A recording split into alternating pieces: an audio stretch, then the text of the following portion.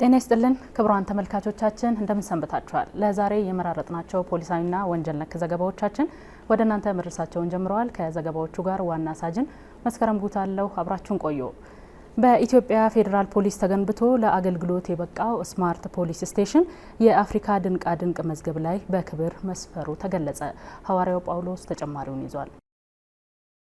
በኢትዮጵያ ፌዴራል ፖሊስ ተገንብቶ በቅርቡ ስራ የጀመረው የሰው አልባ የፖሊስ አገልግሎት ማዕከል በአፍሪካ የድንቃ ድንቅ መዝገብ ላይ በክብር መመዝገቡን የኢትዮጵያ ፌዴራል ፖሊስ አዛዥ ኮሚሽነር ጀነራል ደመላሽ ገብረ ሚካኤል ገለጹ። ክቡር ጠቅላይ ሚኒስትራችን በተገኙበት በሀገራችን የመጀመሪያ የሆነውን እንደዚሁም በአፍሪካ የመጀመሪያ የሆነውን የስማርት የፖሊስ አገልግሎትን እዚህ ተገኝቶ አስጀምረዋል። እንደሚታወቀው ሀገራችን የ2030 የዲጂታል ኢትዮጵያን ስትራቴጂ ሁለተኛ ጊዜ በክቡር ጠቅላይ ሚኒስትራችን ላውንች ተደርጓል። እሱን ተከትሎ የኢትዮጵያ ፌዴራል ፖሊስ በተለይ ደግሞ የሎ ኢንፎርስመንት ኤጀንሲስ ስራዎቻቸውን በቴክኖሎጂ ለማዘመን የተለያዩ ስራዎች እየተሰሩ ነው ያሉት። ሁላችንም እንደምናውቀው የኢትዮጵያ ፌዴራል ፖሊስ አፕ ዓለም ላይ ከ130 ሀገሮች ተወዳድሮ አንደኛ በመውጣት የቤስት ፖሊስ አፕሊኬሽን አፕ አዋርድ ተሸላሚ ሆኗል።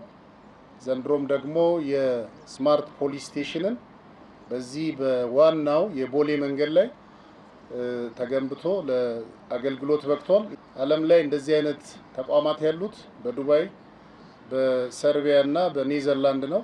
ይሄ አራተኛው ነው ማለት ነው። አዲሱ የሰው አልባ ስማርት ፖሊስ አገልግሎት በፖሊስና ህብረተሰቡ መካከል ያለውን ዘርፈ ብዙ ግንኙነቶች የበለጠ የሚያጠናክርና ዜጎች ቴክኖሎጂን በመጠቀም በቀላሉ ለፖሊስ መረጃ መስጠት እንዲችሉ የሚያስችል መሆኑንም ኮሚሽነር ጀነራሉ ጠቁመዋል። ፈጣን የሆነ እርምጃዎችን ወይንም መልሶችን ለመስጠት ለፖሊስ ያገለግላል። ምክንያቱም ወንጀል የተፈጸመበትን ቦታ ወይንም አደጋ ያጋጠመበትን ቦታ ሪፖርት ሲደርስ ወዲያውኑ ሰራዊቱን ወደዛ ለማሰማራት እድል ይፈጥራል። ከዛም ውጭ ወንጀል መከላከል ስራችን ላይ በከፍተኛ ደረጃ አቅም የሚጨምር ነው።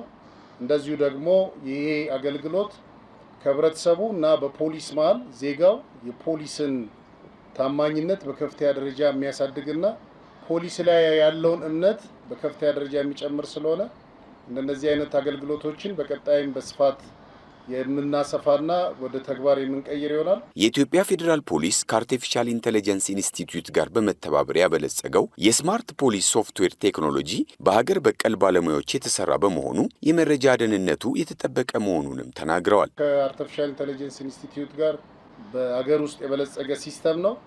ይሄ ልዩ ያደርገዋል። ምክንያቱም እንደዚህ አይነት ዳታዎች በሀገር ባለሙያ ሲበለጽግ ዳታውም ራሳችን ጋር ስለሚቀርና እንደዚሁ ደግሞ የሴኩሪቲ ፊቸሩም ስትሮንግ ስለሚሆን ይሄ በቀጣይ እንደዚህ አይነት ሲስተም እንዴት ወደ ስማርትፎናችን አብዝተን ሁሉም ህብረተሰብ ክፍል ካለበት ይሄን ስቴሽን በስልኩ ላይ አግኝቶ የፖሊስ አገልግሎት የሚያገኝበት ስርዓት እየተመቻቸ ይሄዳል። የስማርት ፖሊስ አገልግሎት ማዕከሉ የግንባታ ስራ በፍጥነትና በጥራት እንዲጠናቀቅ ከፍተኛ ርብርብ ላደረጉ መምሪያዎችና ለተሳተፉ አመራርና አባላት ኮሚሽነር ጀነራሉ ምስጋና ያቀረቡ ሲሆን እውቅናና ሽልማትም ተበርክቶላቸዋል። ይሄ ስራ እዚህ እንዲደርስ የጣራችሁ የኢትዮጵያ ፌዴራል ፖሊስ የሎጂስቲክስ ዋና መምሪያ የወንጀል መከላከል አመራሮቻችንና አባሎቻችን ይሄ ስራ በምንም አይነት የጸጥታ ችግር ሳያጋጥም እስካሁን ለደረሰውም ቀጣይም ደግሞ ለሚጠበቀውም ስራ ራሳቸውን አዘጋጅተው 24/7 ሰርቪስ እየሰጡ ስለሆነ እነሱንም እንደዚሁ የኛ የምህንድስናና የኮንስትራክሽን መምሪያ እያመሰገንኩ በቀጣይ እንደዚህ አይነት ስራዎችን በተለያዩ በአዲስ አበባ ክፍለ ከተሞችና እንደዚሁ ደግሞ በሀገርም በተለያዩ ትላልቅ ከተሞች ላይ እያስፋፋ የምንሄድ ይሆናል።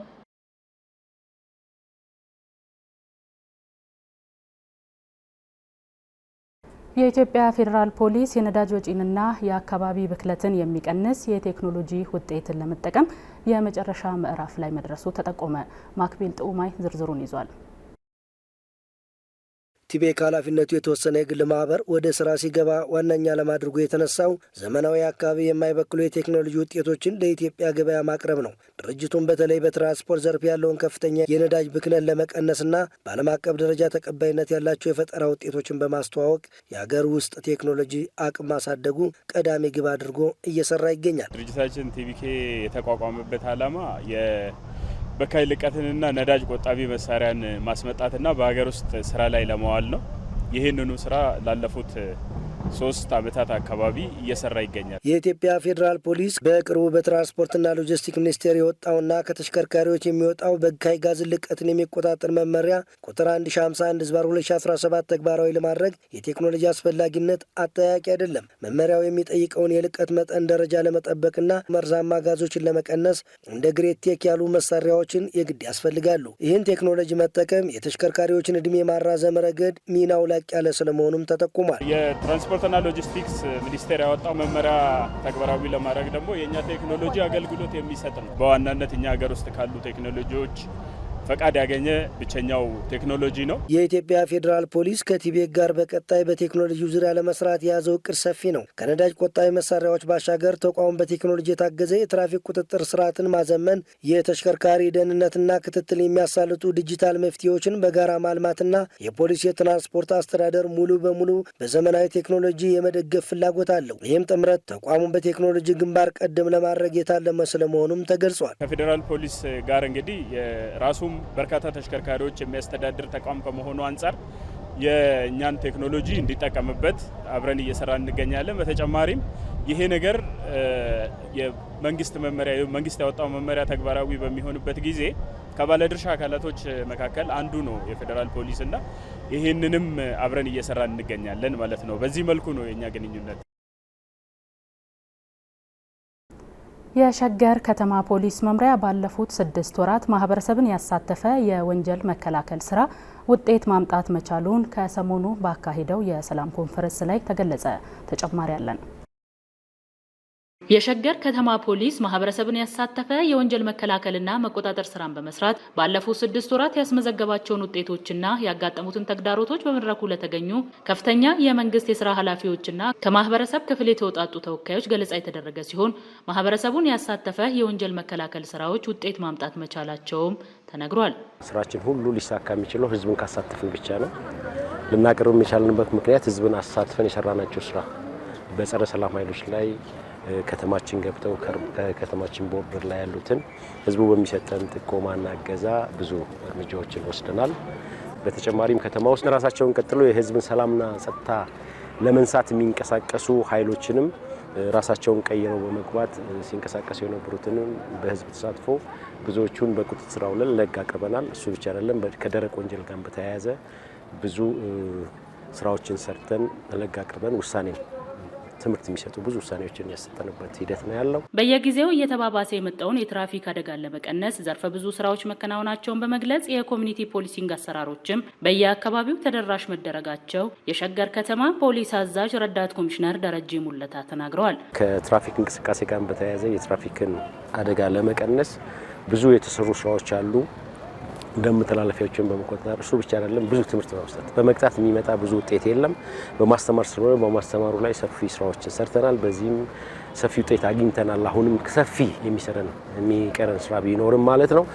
ከወንጀል መከላከል አኳያም ከኮሚኒቲ ፖሊሲንግ አንጻር ከተማችን ላይ የገለልተኛ አማካሪ ኮሚቴ የሚባለው ከወረዳ አንስቶ እስከ ከተማው ድረስ ተቋቁሟል። እንደ ፖሊስ ሆኖ የፖሊስ ሪፖርት እንደማቅረብ ድረስ ደርሰዋል ማለት ነው። ይሄ ደግሞ ለኛ ትልቅ ግብዓት ውጤት ነው። በከተማ ውስጥ የሚስተዋሉ የወንጀል ድርጊቶችን በመከላከልና በመቆጣጠር ብሎም የትራፊክ አደጋን ለመቀነስ በቀጣይ ማህበረሰቡና ፖሊስ ትኩረት ሰጥተው በጥምረት መስራት እንደሚገባቸው ተገልጿል። የትራፊክ አደጋ አሁንም አልቀነሰም። የሰው ሞት አልቀነሰም። አደጋው አልቀነሰም። ምንም ብናስተምር ይሄንን አሁንም ቀጣይ ሰፊ ስራ ሊሰራበት የሚገባው ነገር ነው። ሌላ ህጻናትና ሴቶች ላይ የሚፈጸሙ ወንጀሎች አሁንም አንድም ቢሆን ለምን የሚለውን ስራ ሰፊው ስራ መስራት አለብን ብለን የምናስበው ስራ ነው። ከዚህ በተረፈ ደግሞ አንዳንድ ተዘዋውሮ የሚመጡ ህገወጥ እንቅስቃሴዎች ያሉበት ሂደት ላይ እነኝንም ተቆጣጥረን ያለነው እንዳለ ሆኖ ሙሉ ለሙሉ ማስቀረት መቻል አለብን። ያው ፖሊስ የሚባለው ኢንስቲትዩሽኑ ትልቁ ስራውና አንጋፋው ወንጀል መከላከል ሳይፈጸም መመርመር ስላልተከላከለ አሁንም የተፈጸሙትን አጣርተን ማቅረብ ሳይሆን ሳይፈጸም ለማስቀረት የሰራነው ስራ እንዳለ ቢሆንም አሁን ሰፊ ስራ የሚቀረን መሆኑን በሪፖርታችን ላይ ማስቀምጠናል። ከሰሞኑም የሸገር ከተማ ፖሊስ መምሪያ ባለፉት ጊዜያት በሸገር ከተማ ፖሊስና ማህበረሰብ ትብብር የተሰሩ መልካም ተግባራትን በማሳየት በቀጣይ ለሚኖሩ ሀገራዊና ህዝባዊ ሁነቶች በቅንጅት መስራት እንደሚገባቸው በተዘጋጀው የሰላም ኮንፈረንስ ላይ ተነግሯል። የህዝብ ኮንፈረንስ ብለን ያካሄድንበትም ዋና ዓላማው የሰራነው ይሄ ነው። የሰራነውን ሪኮግናይዝ አድርገውት ምን ይቀራቸዋል የሚለውን ህዝቡ እንዲሰጠን፣ ቀጣይም ደግሞ እንደ ሀገራችን ምርጫ የሚካሄድበት ወቅት ነው። ይህን ምርጫ ማስመልክቶ ህዝቡ ምን እንስራ፣ አብረን እንዴት እንቀናጅ የሚለውን መልእክት ለማስተላለፍ የተዘጋጀ ዝግጅት ነው። ነገኝ በከንጅረት አልፈተኒ ጉድፈቹ ሆጀተኒ ኛቹን እንጂ ሰላም በሌለበት ወልዶ ማሳደግ ሰርቶ መብላት አይቻልም። ለሁሉም መነሻ የሆነው ሀገር የሚያጸናው ሀገር የሚያድገው ሰላም ሲኖር ነው። እንደሚታወቀው የሀገራችን ኢትዮጵያን እድገት ለማዳከም የውስጥ ባንዳና የውጭ ባዳዎች ብዙ ነገሮችን እያከናወኑ ይገኛሉ። ስለዚህ ይህ የሰላም ኮንፈረንስ ዋነኛ ዓላማ ስለ አንድነታችን የምንመክርበት፣ ከሌላው ጊዜ ይበልጥ አንድነታችንን የምናጠናክርበት፣ በህብረት የምንቆምበት ሊሆን ይገባል ብዬ አስባለሁ። እቲ ወሊ ገልቴኡም ታው ቀበጀደተን ያዳ ሐሰተኛ የ200 ብር ኖት በማተም ከፍተኛ የማጭበርበር ወንጀል የፈጸመው ግለሰብ በእስራት መቀጣቱን የጅማ ከተማ ፖሊስ አስታወቀ። ሐዋርያው ጳውሎስ ተጨማሪውን ይዟል። በጅማ ከተማ ወረዳ 1 መርካቶ ልዩ ቦታ ቢሸሼ ተብሎ በሚጠራበት አካባቢ አማኑኤል ጎሳ የተባለ ግለሰብ ሐሰተኛ የብር ኖቶችን ለማተም የሚረዳውን ቁሳቁሶችን አዘጋጅቶ ሐሰተኛ ኖቶችን ማተሙን ተያይዞታል። ግለሰቡ የግሉ ባጃጅ ያለው መሆኑ ደግሞ ኖቶቹን በፍጥነት ወደ ገበያው ለማሰራጨት እንደሚጠቀምበትም አስቧል። ነገር ግን የትና እንዴት የሚለውን ጉዳይ ሲያሰላስል የሚኖርበት ግቢ ውስጥ ብዙ ሰዎች ስላሉ የወንጀል ድርጊቱን በአንድ ሆቴል ውስጥ መስራት ይዘጋጃል። ቀድሞ ባዘጋጃቸው ልዩ ልዩ ቀለማትና የማተሚያ ማሽን ሐሰተኛ የ200 ብር ኖቶችን ማተምም ይጀምራል። የተለያዩ ቁሳቁሶችን ከሱቅ በመግዛትና መልስ በመቀበል ሐሰተኛ ኖቱን ወደ እውነተኛ ኖት መቀየር ይጀምራል። ይሁን እንጂ ለማሰራጨት ካተማቸው 104,000 ሐሰተኛ የብር ኖቶች መካከል 600 ባለ 200 ብር ኖቶችን ከተጠቀመ በኋላ በህብረተሰቡ ጥቆማ ፖሊስ ባደረገው ክትትል ግለሰቡ ከሐሰተኛ የብር ኖቶቹና ማተሚያ ማሽኑ ጋር በቁጥጥር ስር ይውላል። ፖሊስም በሰውና በሰነድ ማስረጃ በቂ መዝገብ ካደራጀ በኋላ መዝገቡን ወደ አቃቤ ሕግ ይልካል። ግራ ቀኙን የተመለከተው የጅማ ከተማ ፍርድ ቤትም ግለሰቡን ያስተምራል፣ ሌሎችንም ያስጠነቅቃል በማለት የ9 ዓመት ጽኑ እስራት የፈረደበት መሆኑን የጅማ ከተማ ወረዳ 1 ፖሊስ ወንጀል መርማሪ ምክትል ኢንስፔክተር አስፋው ምስጋኑ ገልጿል። የአዳማ ከተማ ፍርድ ቤት ከፖሊስ ጋር ያለውን ግንኙነት በማዘመን የማንዋል አሰራሩን በቴክኖሎጂ እየተካ መሆኑ ተጠቆመ። ለዝርዝሩ ማክቤል ጠውማይ። የፍትህ ስርዓቱን ተደራሽ ለማድረግ ፈጣንና ግልጽ የማድረግ የዲሞክራሲ ግንባታ ወሳኝ አካል ነው። የኦሮሚያ ጠቅላይ ፍርድ ቤት ይህን ታሳቢ በማድረግ ባለፉት ጥቂት ዓመታት የፍትህ ስርዓቱን ለማዘመን በርካታ ርቀቶችን ተጉዟል። በተለይ አገልግሎቱን ከወረቀት ንክኪ ነፃ ማድረግና አሰራሩን በቴክኖሎጂ ለመደገፍ ሰፋፊ የሪፎርም ስራዎች ሲከናወኑ መቆየታቸውም ተነግሯል። የኦሮሚያ ጠቅላይ ፍርድ ቤት የሚሰጠውን የዳኝነት አሰጣጥ እቅድ አውጥቶበት ከሚሰራባቸው 5 ነገሮች አሉ። ከዛ ውስጥ ዋነኛው የፍትህ ወይ ደግሞ የዳኝነት አሰጣጡን ቀልጣፋና ተደራሽ ማድረግ ነው አንዱ። ሁለተኛው በአሁኑ በዚህ ዓመት ደግሞ የተጀመረው ደግሞ የዳኝነት አሰጣጡን ወደ ኢኮርት ወይም ከወረቀት ውጪ የሆነ የዳኝነት አገልግሎት ለመስጠት አቅዶ እየሰራ ነው። የተገልጋዮችን ምቹ ሁኔታ ለመፍጠር የተለያዩ የቴክኖሎጂ ውጤቶች ስራ ላይ አውሏል። ከእነዚህም መካከል የተቀናጀ የፍትህ መረጃ አያያዝ ስርዓትን ዋነኛው ነው። ይህ ቴክኖሎጂ ለተገልጋዮች አላስፈላጊ እንግልትን ጉዳያቸውን ባሉበት ደረጃ እንዲያውቁና መረጃዎችን በፍጥነት እንዲያገኙ ያስቻለ መሆኑ ተገልጿል። ባለ ጉዳይ ሊደርስበት የማይችሉ ቦታዎች ፍርድ ቤት ሁኔታዎችን አመቻችቶ መዝገብ ተከፍቶ እስከ ክርክር እስከ ውሳኔ ድረስ የምንሰጠው አገልግሎት ነው ማለት ነው። ይህን ለማድረግ ምን ተጀምሮ ነበረ ወይ ደግሞ ስንሰራበት የነበረው ምንድነው? እስካሁን ድረስ የቪዲዮ ኮንፈረንስ እና ኢፋይሊንግ የምንለው ባለፉት ዓመታት ሲሰራበት ነበረ። ወደ ከፍተኛ ፍርድ ቤት በአካል ሳይሄድ እዚሁ እኛ ወረዳ ፍርድ ቤት ላይ መዝገቡን ወይ ደግሞ ቅሬታውን አቅርቦ በዛ በኢፋይሊንግ ወይ ደግሞ ካስ ኮርት አውቶሜሽን ሲስተም በሚለው ተልኮ መዝገቡ ከተከፈተ በኋላ ቀጠሮ የሚያገኝ ከሆነ ወይ ደግሞ ክርክርም ካለ ሌላ ጉዳይም ካለ በቪዲዮ ኮንፈረንስ እኛ እዚህ ፍርድ ቤት ማለት ነው የትም ቦታ ሳይሄድ ጉዳዩን ሲከታተል ነበረ ማለት ነው። ከፖሊስ ተቋም ጋር ያለውን የስራ ትስስር ከማጠናከር አኳያ ቴክኖሎጂ የማይተካ ሚና እየተጫወተ ይገኛል። ቀደም ሲል በፖሊስ የሚመረመሩ የላኪና የተቀባይ ሰነዶች በእጅ ይዘዋወሩ የነበረ ሲሆን አሁን ላይ ግን በዲጂታል ትስስር አማካኝነት መረጃዎች በቅጽበት እንዲለዋወጡ ተደርጓል። ይህም የምርመራ መዝገቦች እንዲፋጠኑ፣ ማስረጃዎች በስርዓት እንዲያዙ፣ የፍትህ ሂደቱ እንዲፋጠን ትልቅ ፋይዳ እንዳለውም ተጠቁሟል። ሶስቱ የፍትህ አካላት የሚባሉት ፖሊስ፣ አቃቢ ህግና ፍርድ ቤት ነው። እነዚህ ሶስቱ አካላት ስራ ብዙ አብረን ነው የምንሰራው። በትብብር ብዙ ስራዎች ሰርተናል ማለት ነው። ዲጂታላይዜሽን ከማድረግ አኳያ ከፖሊስ ጣቢያ ወይ ደግሞ ከማረሚያ ቤት እዛው የተፈረደበት ሰው ወደ ከፍተኛ ፍርድ ቤት ሳይሄድ የትም ሳይሄድ ጉዳዩን ሲከታተል ነበር ማለት ነው። ግን ደግሞ በዚህ ዓመት ደግሞ አዲስ የተጀመረው የኦሮሚያ ጠቅላይ ፍርድ ቤትም እቅድ አውጥቶ መሬት ላይ እያወረን ያለው ምንድነው የወረዳዎች ላይ ቀበሌዎች ላይ የፕላዝማ ችሎትን ማቋቋም እቅድ ተይዞ በዛ መሰረት እኛም እንደ ቦሌ ክፍለ ከተማ ካሉት ወረዳዎች የጎሮ ወረዳ ላይ ፕላዝማ ችሎት አቋቁመን ለህዝቡ አገልግሎት እየሰጠን ነው ማለት ነው። ከሁሉም በላይ የቴክኖሎጂ ትልቁ አበርክቶ ተገልጋዮች ባሉበት ቦታ ሆነው አገልግሎት እንዲያገኙ ማስቻሉ ነው። ተገልጋዮቹ ለቀጠሮና ለተለያዩ መረጃዎች ቢሮ ላይ ድረስ መመላለስ ሳያስፈልጋቸው በበየነ መረብና በስልክ አጫጭር መልእክቶች መረጃውን ማግኘት መቻላቸው የጊዜና የገንዘብ ወጪያቸውን በእጅጉ የቀነሰ ስለመሆኑም ተነግሯል።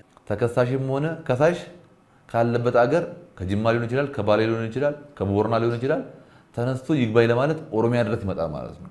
ለትንሽ ጉዳይ ብዙ ወጪዎችን ብዙ እንግልት መንገድ ላይ የሚያጋጥማቸው በዘራፊ መነጠቅ ብዙ ነገሮችን አስቀርቷል ማለት ነው።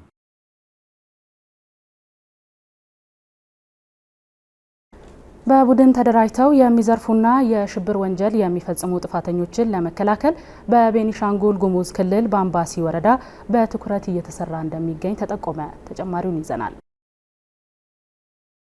በቤኒሻንጉል ጉሙዝ ክልል በአምባሲ ወረዳ አስተማማኝ ሰላም እንዲሰፍን ፖሊስና ማህበረሰቡ በጥምረት ሽብርተኞችን የመከላከል ተግባር ውጤት ማምጣት መቻሉ የወረዳዋ ፖሊስ ኃላፊ ገልጸዋል። እንደ በአምባሲ ወረዳ አሁን ያለው አንጻራዊ ሰላም በጣም ደስ የሚል ነው።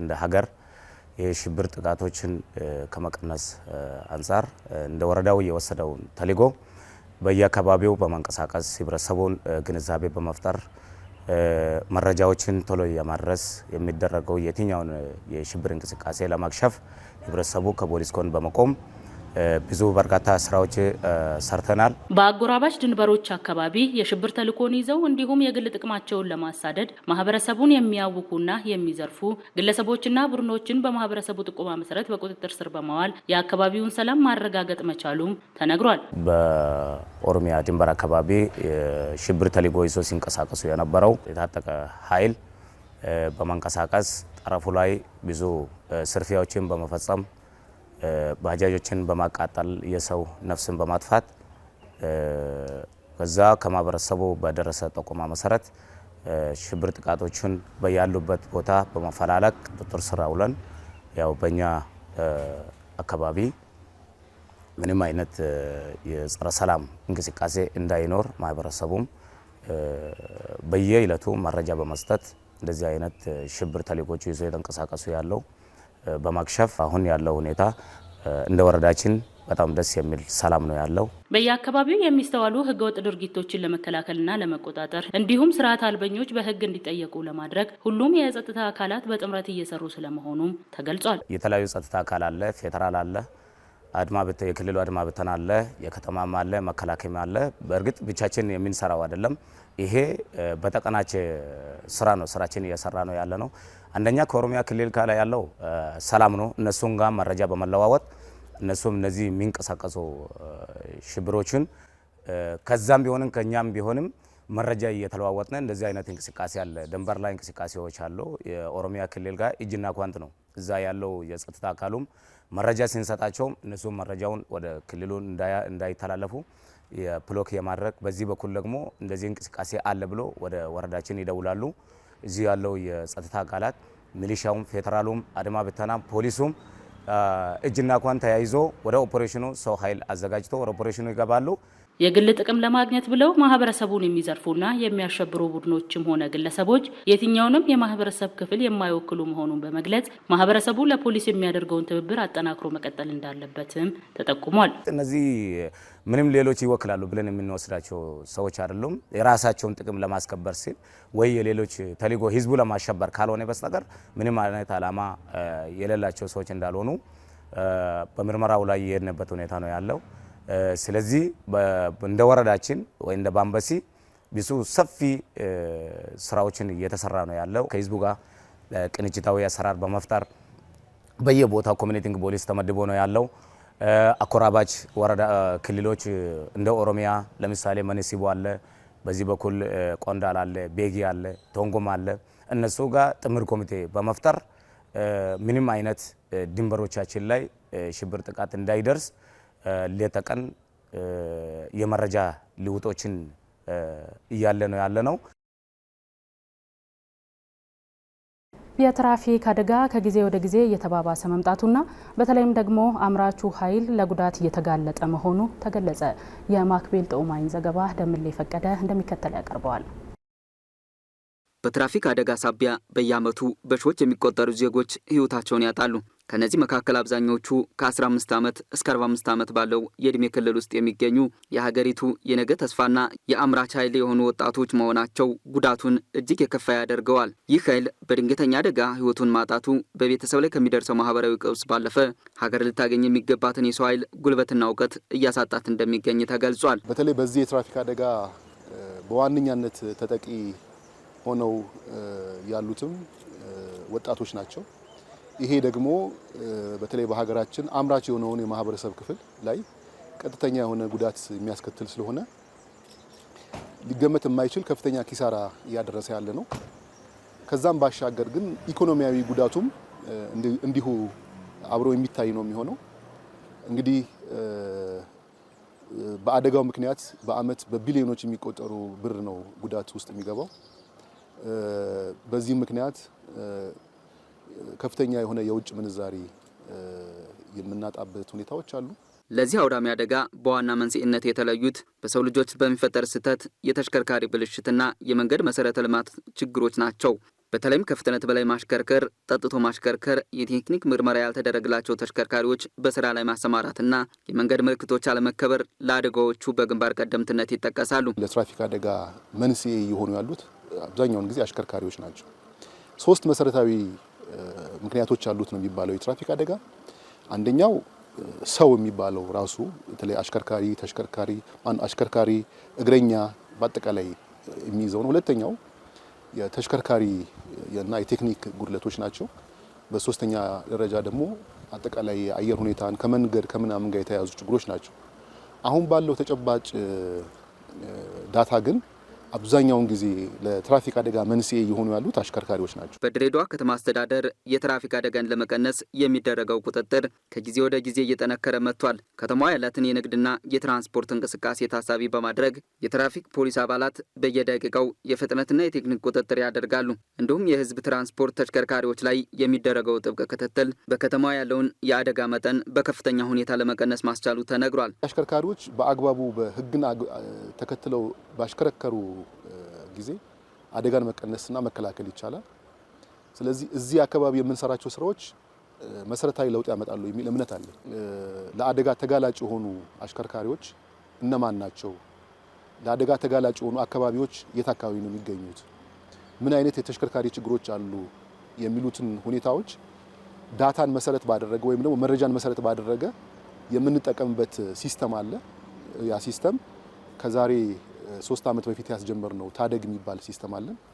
በዛ በምናገኛቸው መረጃዎች ትኩረት የምናደርግባቸውን ኤሪያዎች ከመረጃ ጋር በማስተሳሰር ነው እየሰራን ያለ ነው። ይህን የተቀናጀ ስራ ይበልጥ ውጤታማ ለማድረግ የኢትዮጵያ ፌዴራል ፖሊስ ከቴክኖሎጂ አጋሮች ጋር በቅንጅት እየሰራ ይገኛል። የፍጥነት ወሰን መለኪያ ክትትልና የመረጃ ልውውጥ ስርዓቶችን በማዘርጋት ረገድ ሰፊ ስራዎች እየተከናወኑ ነው። የኢትዮጵያ ፌዴራል ፖሊስ በሚሰጣቸው የቴክኒክ ድጋፎች መሰረት እንደ ድሬዳዋ ያሉ ከተሞች ቴክኖሎጂውን ከነባራዊ የቁጥጥር ስርዓት ጋር በማቀናጀት አደጋን አስቀድሞ ለመከላከል የሚያስችል አቅም እየተገነባ እንደሚገኝ ተነግሯል። እኛም እያንዳንዱን የሪፎርም ስራችንን ከፌዴራል ፖሊስ የሪፎርም ስርዓት ጋር እያቀናጀን ነው የምንሄደው። እንደምታውቁት በፌዴራል ፖሊስ የተከናወኑ በምርመራም በወንጀል መከላከልም በአስተዳደርና ልማት ዘርፍም የተሰሩ ስራዎች አሉ። እነዛን ስራዎች መሰረት በማድረግ እኛም በክልላችን ያንን ሪፎርም ተግባራዊ ያደረግን ውጤትም እያመጣን ያለ ነው። ለዛሬ የመራረጥናቸው ፖሊሳዊና ወንጀል ነክ ዘገባዎቻችን እስካሁን የተከታተላችሁትን ይመስል ነበር። ከዘገባዎቹ ጋር ዋና ሳጅን መስከረም ጉታ አብሬያችሁ ቆየው። ከቀሪ መሰናዶዎቻችን ጋር ጥሩ ቆይታ።